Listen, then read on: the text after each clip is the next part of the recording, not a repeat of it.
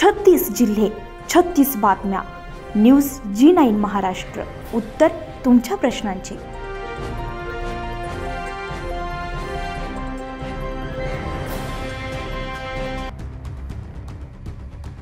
अंजनगाव सुरजी तालुक्यातील तहसील कार्यालयावर ST SC सर्व कार्यकर्त्यांनी निवेदन देण्यात आले. त्यावेळी मान्यवरांनी मत व्यक्त करताना घटनेच्या चौकटीमध्ये राहून न्यायपालिका, कार्यपालिका, संसद आणि राज्यघटना यांचा मेळ बसून आरक्षण आजपर्यंत चालेल ही टीका देऊन वर्गीकरण म्हणजे समाजात फूट पाडणे होय.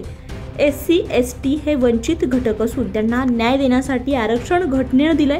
त्याची अंमलबजावणी करून न्यायपालिका आणि संसद आणि कार्यपालिका यांनी एकत्र येऊन आरक्षण वर्गीकरण थांबावं आणि आरक्षण टिकाऊ राहिलं पाहिजे, त्याची अंमलबजावणी करावी असे मान्यवरांनी मत व्यक्त केले. यावेळी उपस्थित सिद्धार्थ सावळे, परवीन पेटकर, सुरेंद्र वानखडे, बाबाराव खोब्रागडे, रमेश सावळे, बाळा आठवले, मनोज मेढे, भाऊराव वानखडे असंख्य कार्यकर्ते निवेदन देतेवेळी उपस्थित होते.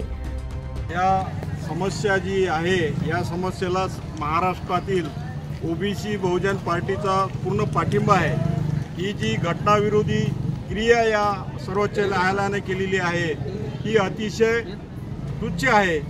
ज्या घटनेमध्ये कुठेही SC आणि STला क्रिमिनल लावावं असं कुठेही उल्लेख नसताना, तसेच जी याचिका दाखल या सर्वोच्च न्यायालयामध्ये होती त्या न्यायालयामध्ये सुद्धा याचिकाकर्त्याची मागणीसुद्धा क्रिमिनल लावायची नव्हती, तरीही सर्वोच्च न्यायालयाने SC आणि STसाठी हे क्रिमिनलची अट लावलेली आहे. ही परत निर्णय या सर्वोच्च न्यायालयाने घेण्यात यावा ही मागणी या संपूर्ण भारतमध्ये आज करत आहोत. याला आमचा OBC बहुजन पार्टीचा पाठिंबा आहे आणि ही मागणी परत, हा निकाल परत आपला घ्यावा सर्वोच्च न्यायालयानं, हे मी इथे जाहीरपणे सांगतो. दिनांक 1 ऑगस्टला या देशातील सर्वोच्च न्यायालयाने SC ST या 2 कॅटेगरीकरिता प्रिलिमिनरी आणि जातीचं वर्गीकरण अबकॉडानुसार हे 2 धोरण जाहीर केलेले आहेत आणि या भारताच्या सर्वोच्च न्यायालयाने घेतलेल्या या निर्णयाचा या भारत देशातील संपूर्ण SC ST आणि OBC समुदाय हा निर्णय माननीय न्यायालयाने पुन्हा परत घ्यावा, कारण हा संविधानाच्या विरोधात घेतलेला निर्णय आहे आणि लोकशाहीची क्रूर अशी थट्टा आहे.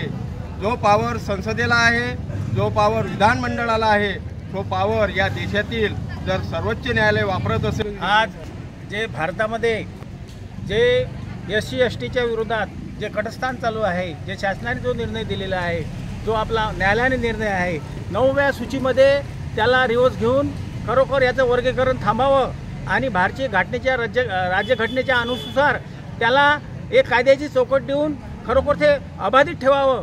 कारण की हे वर्गीकरण म्हणजे आपसात भांडण लावलेलं आहे. कारण की न्यायपालिका, कार्यपालिका आणि संसद हे देशाची राज्यघटना सर्वात मोठी आहे. कार्यपालिका हे संसद आहे आणि न्यायपालिका हे आहे. म्हणून या घटनेमध्ये जे घटनेमध्ये चौकटीमध्ये बसवलेलं आहे, अनटचेबल जे आरक्षण दिलेलं आहे, त्याचं वर्गीकरण होता कामा नये. कारण ते वर्गीकरण झालं तर या देशामध्ये दुही निर्माण करून समाजामध्ये एकतेचा आणि दुहेतेचा संदेश जाईल आणि ज्या पद्धतीने आपल्याला अंमलबजावणी पाहिजे, एकीकडे खाजगीकरण आहे आणि इकडे आरक्षणासाठी भांडत आहे. म्हणून सर्वांना शासनाला विनंती आहे की आपण ते खरोखर वर्गीकरण थांबवून खरोखर आपलं ज्याची अंमलबजावणी करावी आणि खाजगीकरण थांबावं. न्यूज G9 महाराष्ट्रासाठी प्रतिनिधी रमेश सावळे, अंजनगाव सुरजी.